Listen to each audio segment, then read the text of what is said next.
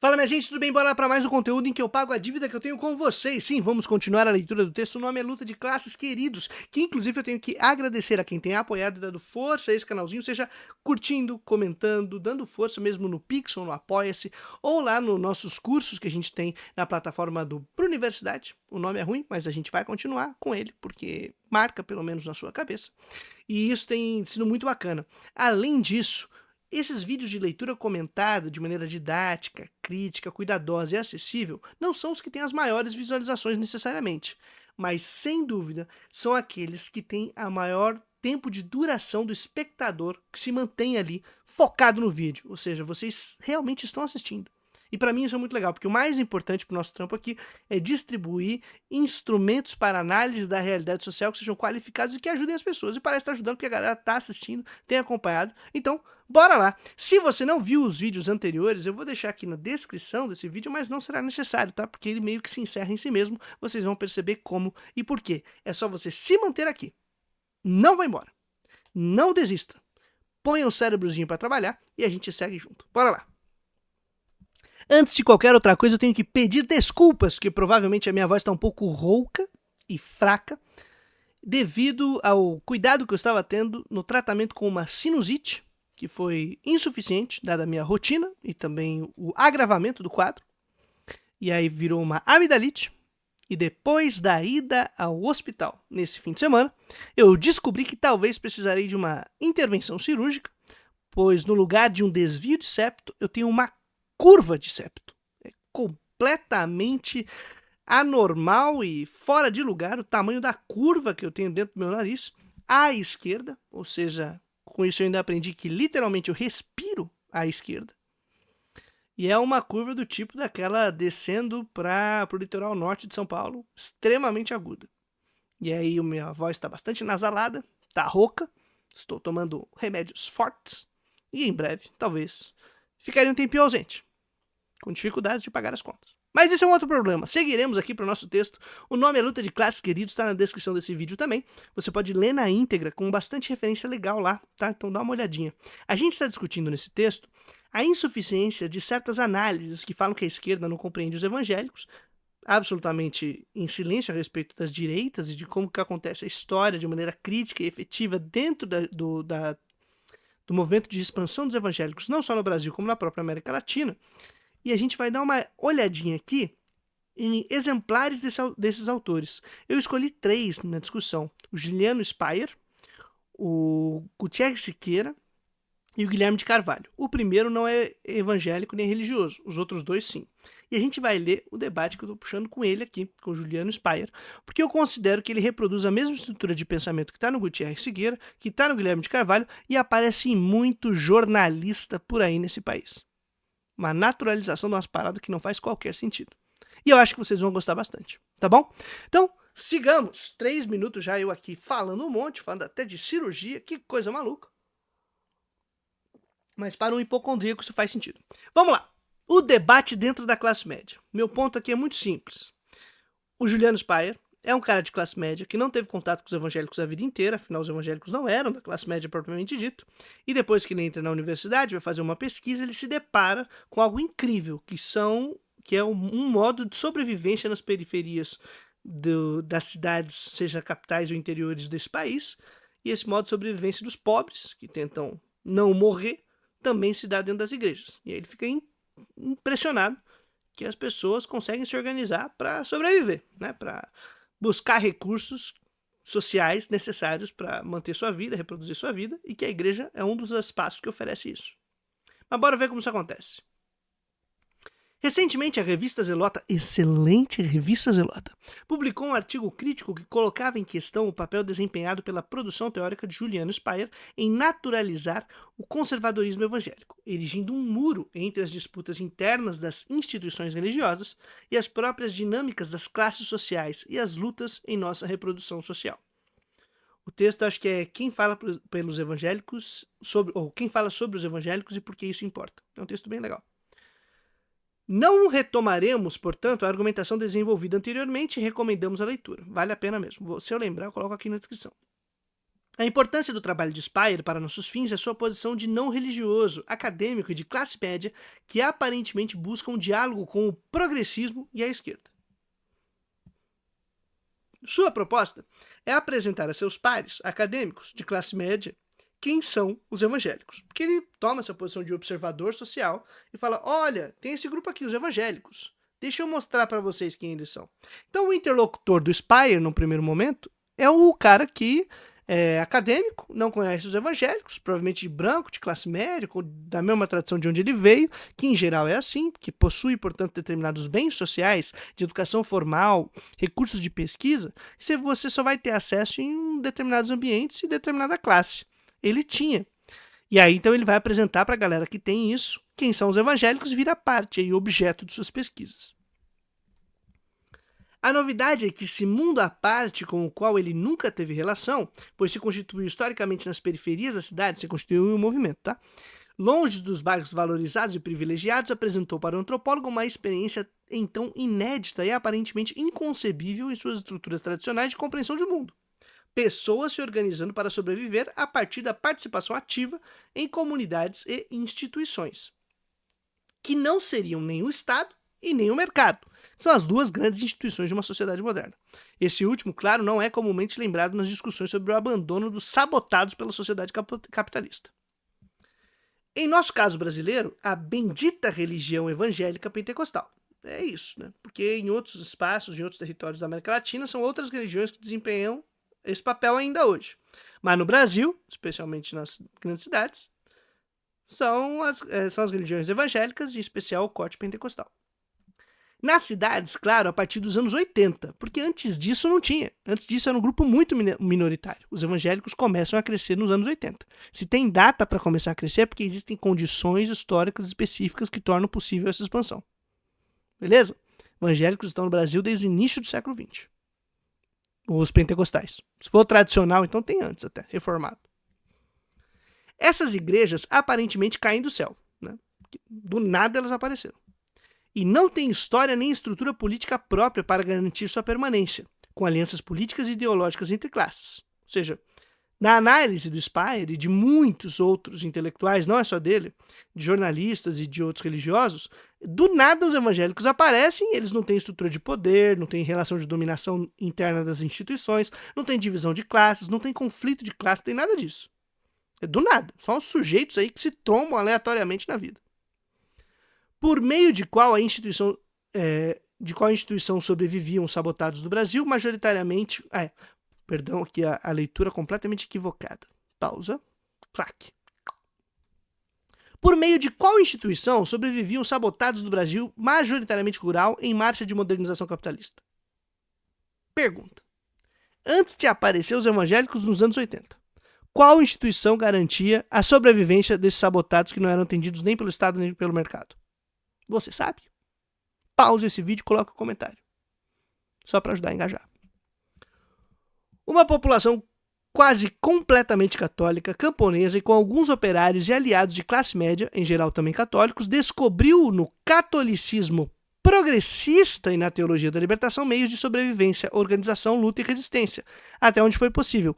A grande mobilização popular e proteção das massas, dentro do ambiente religioso, nos rincões desse país, onde nem o Estado nem o mercado estavam, não nas grandes cidades, que elas estavam em processo de expansão, até os anos 80, mais ou menos, era a Igreja Católica que fazia, com os movimentos da teologia da libertação. Então tem uma transição religiosa, e há uma transição, junto a essa transição religiosa, também de ideologia e de política em determinados setores. Tudo bem? De corte evangélico especificamente. Então a gente tem que entender o que está acontecendo aí. A transição religiosa deste catolicismo para o evangelicalismo tem características materiais e sociais descartadas por completo nas análises do tipo de Spire, que apresentam uma fotografia atual do evangélico médio, mas não a história e as dinâmicas sociais que tornam a própria fotografia possível de ser registrada e descrita. Você vai conseguir ver ali qual é a cara do evangélico. Mas como que chegou a ser essa cara? Cadê o álbum de famílias que vai nos apresentando o desenvolvimento dessa história? O crescimento desse evangélico médio? Não tem. Esse pessoal não faz esse resgate. Só apresenta a fotografia pronta. E aí naturaliza o que existe hoje. Tamanha falta de análise crítica acompanhada de uma reprodução sem filtros do que é apresentado por atores entrevistados ou utilizados representantes do grupo evangélico leva a artigos como "Um pastor busca pontes entre a esquerda e os evangélicos conservadores", recentemente publicado na coluna do antropólogo Juliano Speyer na Folha de São Paulo. Então, esse artigo, inclusive, é muito curioso para ver como que é sempre uma fotografia chapada, nunca tem um cuidado mínimo de análise. Mínimo. Nele, Speyer cita que um pastor por ele entrevistado teria dito que a maior dificuldade da esquerda será abrir mão de um olhar eleitoreiro e criar canais de aproximação intencional com evangélicos fora dos períodos eleitorais. Aparecer nas vésperas da eleição é um gesto oportunista e as pessoas percebem isso. Se por um lado isso é verdade, porque aparece em culto, né, e essas coisas todas, perto de eleição e aí busca alianças. Por outro, a pergunta é: o pessoal da direita faz o quê? Os interesses são religiosos? Os grandes políticos conservadores de direita desse país são evangélicos?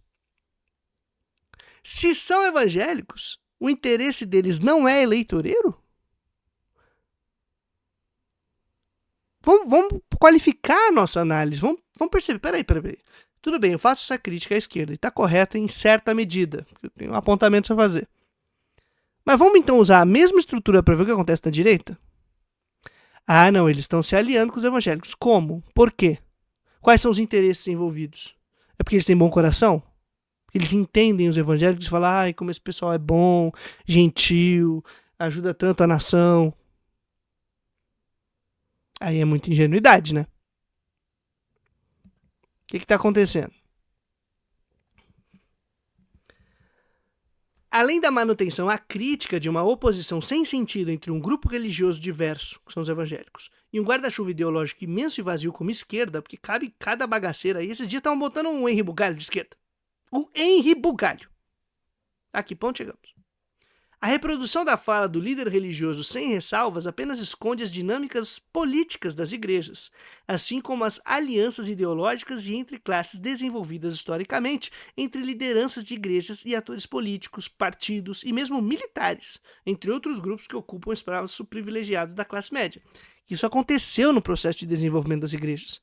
Há uma opção estratégica e institucional e há uma busca por determinados atores que seriam chave para a manutenção da expansão planejada dessas instituições. Então, vão criando condições dentro do processo de modernização capitalista brasileiro que, com efeitos não intencionais, empurrou muita gente para dentro das igrejas. Ninguém estava planejando isso, tá? A igreja planeja a sua expansão, mas a chegada dos membros e o que está rolando e quais são as condições que fazem isso, aí não tinha muito planejamento, não. Sem tais dinâmicas, os candidatos escolhidos pelas denominações não seriam seus próprios líderes ou apoiadores externos das instituições religiosas, com direito a disputas por privilégios de influência sobre as decisões do país, reconhecimento público, verbas e mesmo de prestígio. Quer dizer, se você não olha o que está acontecendo na história, quais são os interesses das classes, o que está acontecendo nesse processo, aí fala: não, o da direita não tem interesse nenhum. Ele tá lá porque ele acredita no evangélico. Ele acredita na mesma coisa. E não, é mentira. Tem que ver. Então, por que se aproxima? Quais são as alianças? Como se dá essas alianças? Quais são os interesses em jogo? Né? E aí a pergunta, né? A mobilização de representantes da bancada da Bíblia não seria eleitoreira? O que você acha? Eleitoreira é só a esquerda quando chega lá para fazer o dia da música evangélica, o dia da música gospel. Aí é eleitoreiro. Mas chega o cara da direita garantindo o dia do pastor, não é eleitoreiro. O cara da direita que vai lá bater palma pra pastor dentro do culto, sei lá, de uma igreja, hipoteticamente, igreja presbiteriana de Pinheiros, sei lá, um candidato à prefeitura, alguma coisa assim. Chega lá e ganha um espação pra falar umas paradas. Não deve ser eleitoreiro. Com certeza não. Com certeza não. Hipoteticamente. Não seria dirigida por representantes das classes médias que hoje ocupam cargos de liderança das igrejas?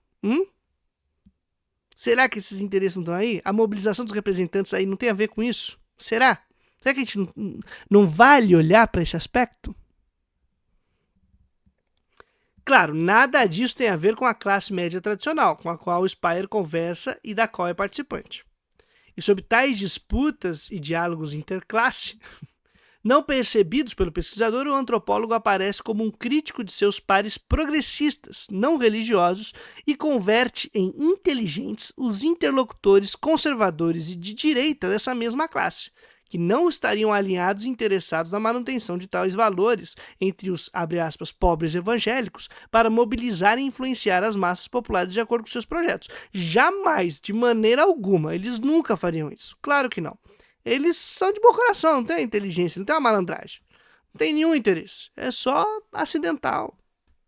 É apenas coincidência que os valores essenciais dos evangélicos estejam adequados a valores de manutenção da ordem e reacionários. Coincidência. Pura coincidência. Os sujeitos. A raiz do problema está no sujeito. Os sujeitos evangélicos, que no grande buraco infinito e infindo no qual só cabe Deus, fazem brotar essas coisas que coincidentemente casam com a direita. Que coincidentemente tem data para começar a ter apoio de direito dentro do processo de democratização. Acidental, com certeza foi um acidente. Conversa.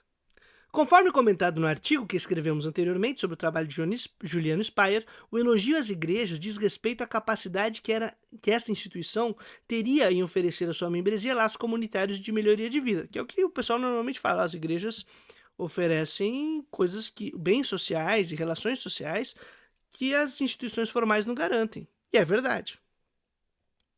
Por realizarem tal trabalho em territórios abandonados por nosso capitalismo, o capitalismo nunca aparece como problema, tá? Nos debates do Speyer e nem dos outros caras que a gente vai ler.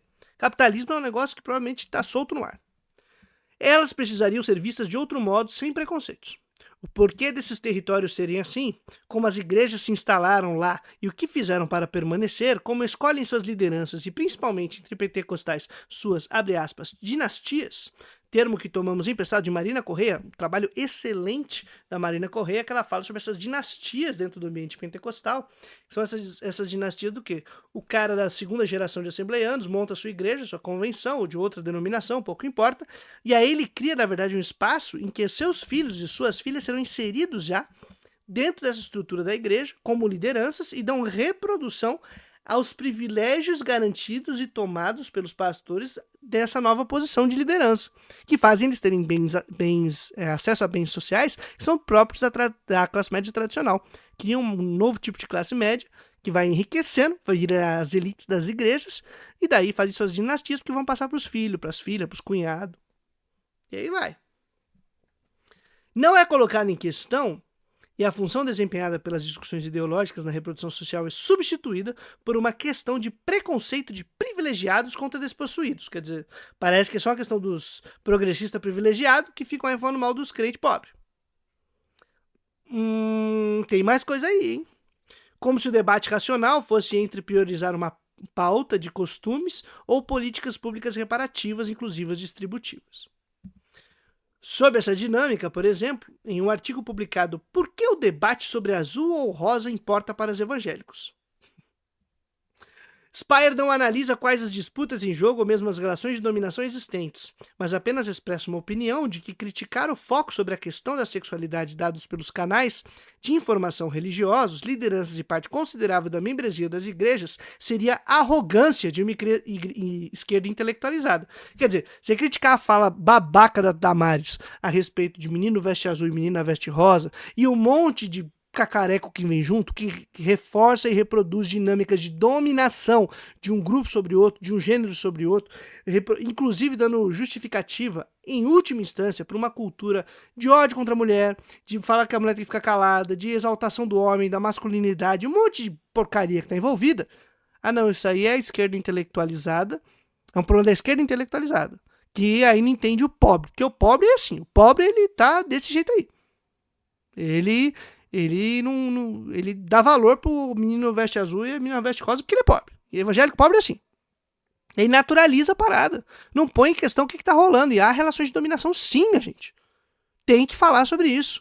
Não é como uma parte, sim, da esquerda, também de classe média tradicional progressista trata, que parece que é só um bando de burro que está sendo manobrado por pastor. Com certeza não, porque não é uma questão de discussão, de discurso racional, de narrativas, como muito progressista gosta de utilizar. É de base material da reprodução social. É olhar recursos e bens sociais, como a gente planeja eles, como a gente institucionaliza as pessoas. E esse debate tem que ser levado a sério e adiante.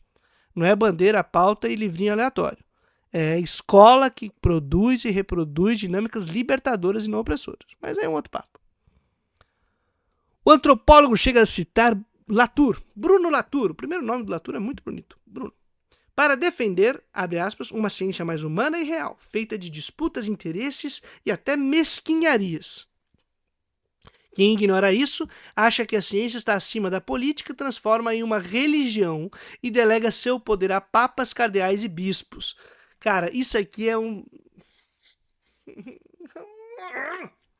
É uma parada que você vai ouvir de muito crente apologeta que se mete a cientista ou de filhos do Olavo do Carvalho. Vamos falar a mesma coisa. Filhos do finado. Vão dizer uma parada muito parecida com isso aí. Que é você abrir mão de qualquer critério de verdade, análise de disputa de poder, entrar para lutar efetivamente na política e ficar tudo na narrativa, no além. Ciência, mesquinha.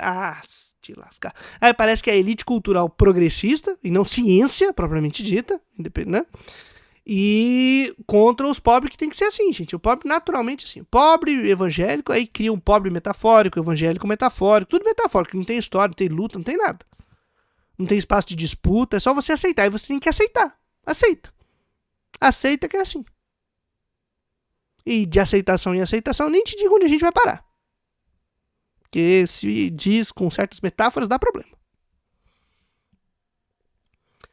Aparentemente, a ciência se tornaria religiosa ao não ser política.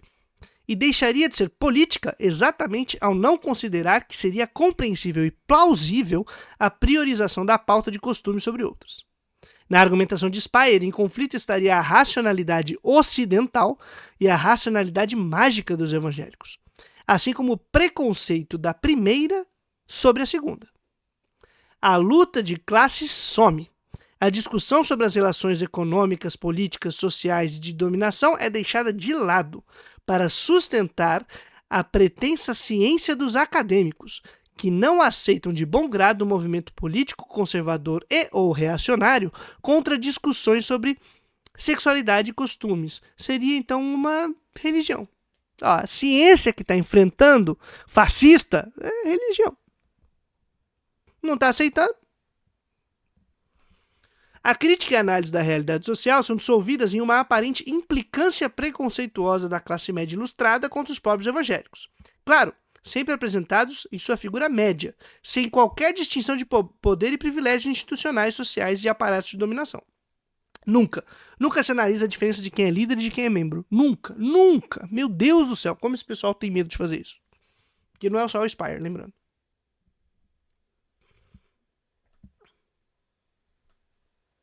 O que desaparece, na verdade, é a luta de classes, substituída por um problema de preconceito ideológico e não aceitação de determinados valores. A tal esquerda não estaria conectada com a base essencialmente evangélica e conservadora dos pobres do Brasil, sendo que, ao mesmo tempo, é exatamente a massa pobre periférica preta e feminina que garante a base sólida e de maior apoio às candidaturas de esquerda, especialmente nas eleições para cargos executivos. E é uma questão de olhar dados, beleza? Essas últimas eleições municipais, teremos muitos problemas, inclusive porque as abstenções ganharam. Mas quando eu escrevi esse texto, ali olhando as eleições de 2022, de 2018, de 2014, mesma fita, a dinâmica era a mesma, tá? Nas eleições majoritárias, para cargo de executivo, a base de esquerda é pobre, preto e periferia, e a da direita não. Mas tem um grupo que desvia, que são os evangélicos. A gente já falou isso em vários vídeos, já mostrou aqui vários artigos para poder fazer isso. E fica a dica de acompanhar o nosso trampo que dá para mostrar. Mas vamos lá. Aliás, o tal apoio mágico das igrejas nas periferias é super valorizado, né? Enquanto as políticas sociais que garantiram a melhoria de vida das massas, com todas as suas contradições, são completamente ignoradas. Como se programas de Estado e de governo, como Bolsa Família, cotas, Minha Casa Minha Vida, etc., ProUni...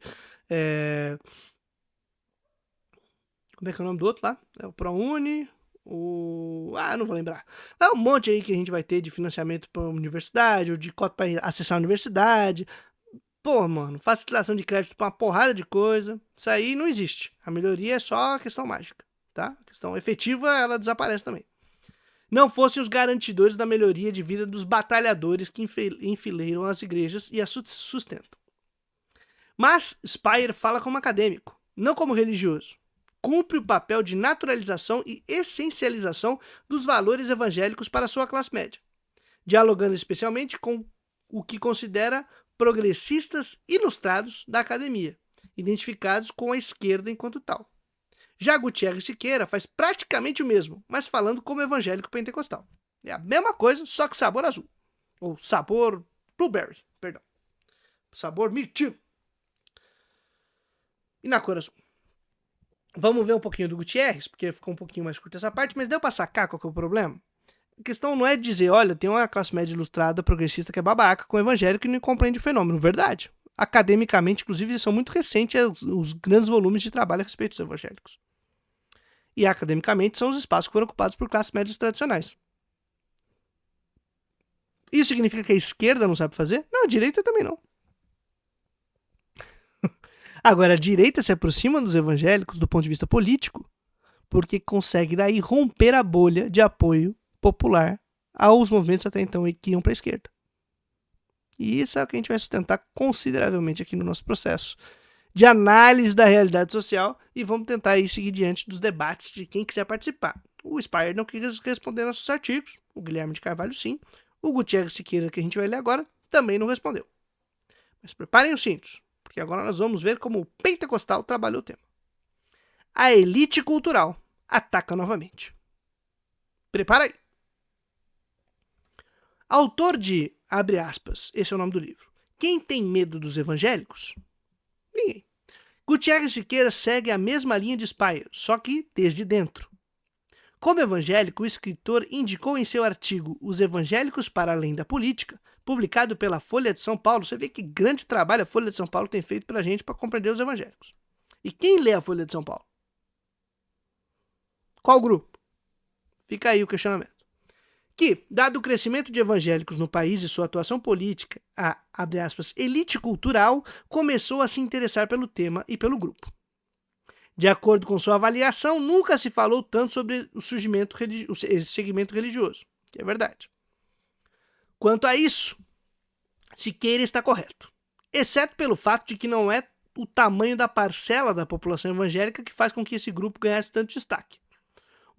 Os interesses políticos e a atuação política de evangélicos no Brasil passam a ser amplamente debatidos a partir de 2010, como comentamos no início do nosso texto, dadas as disputas entre os grupos políticos, os interesses de classe envolvidos e seus projetos concorrentes. A gente falou lá no primeiro vídeo aqui dessa série.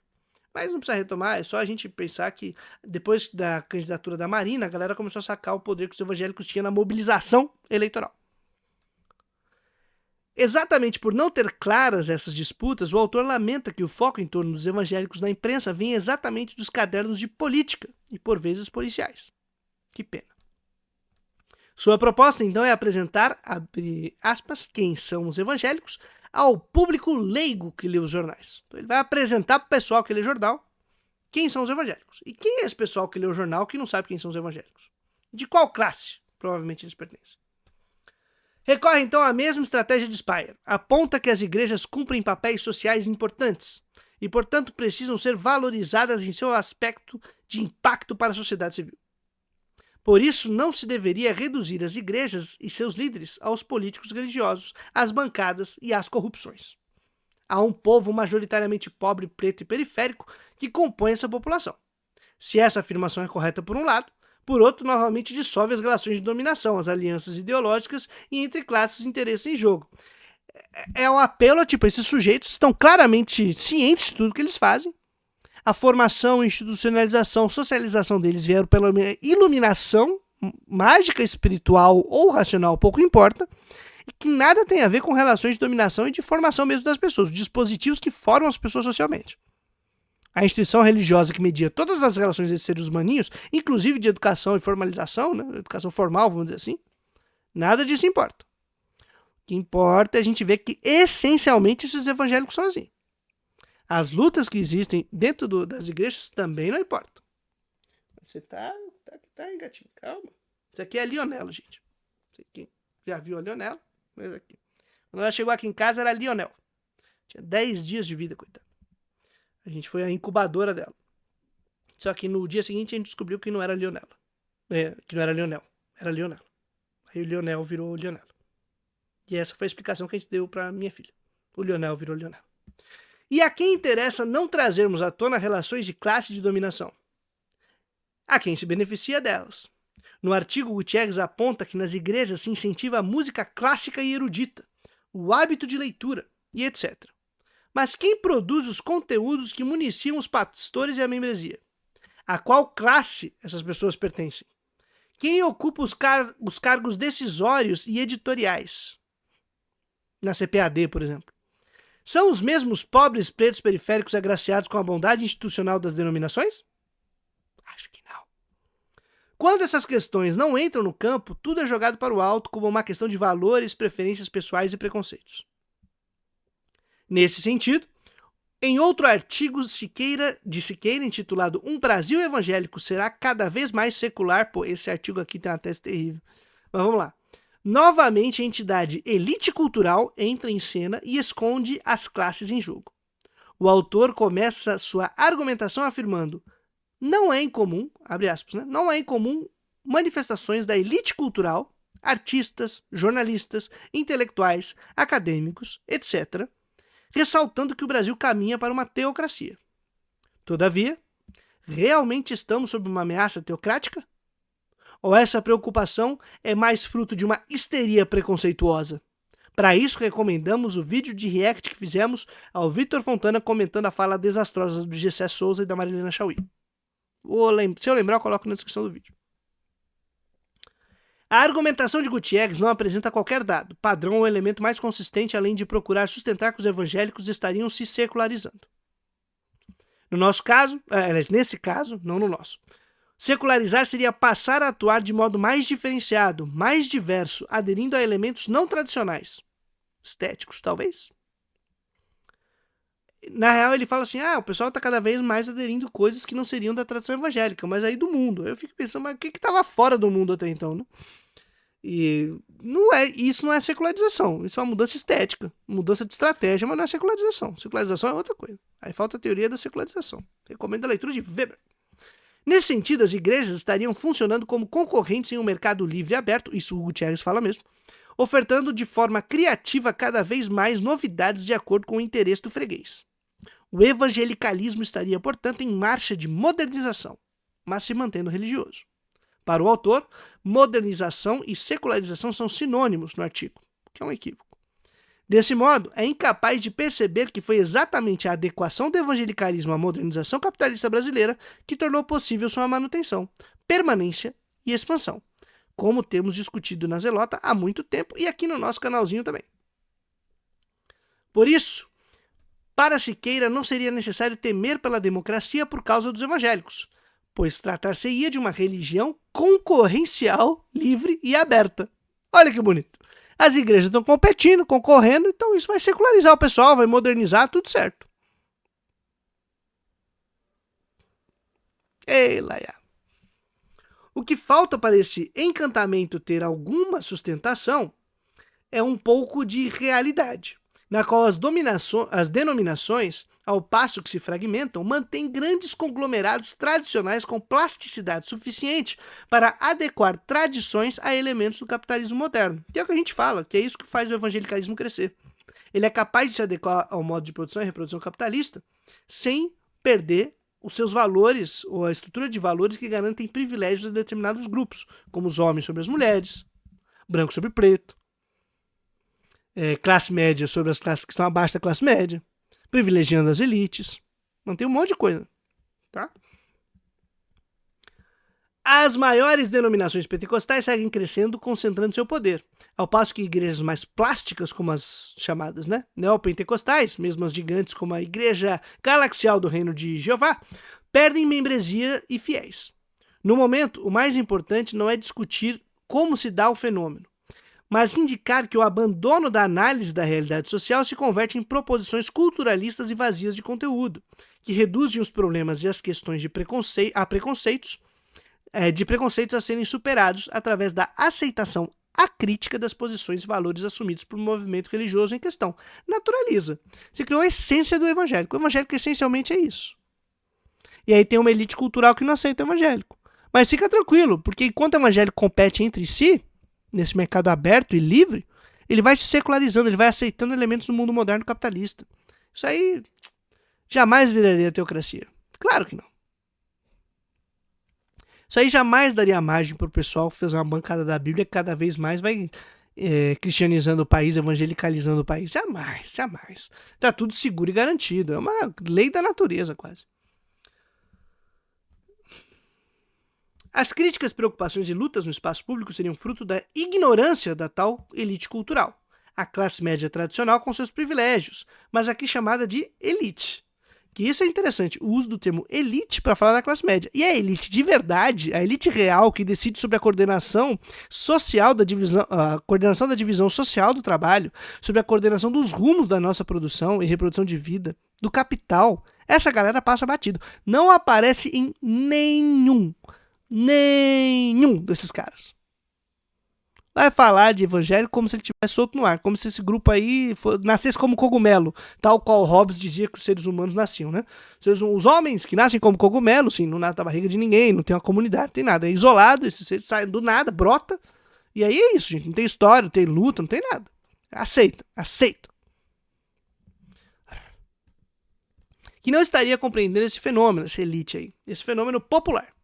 Como nessa disputa toda a questão se converte em saber quem realmente entende o que é que está acontecendo, a elite econômica, elite de verdade, segue intocada. Exceto, claro, pelo último autor, exemplar de nossa discussão, Guilherme de Carvalho, que defende que eu juro por Deus que ele usa essa expressão.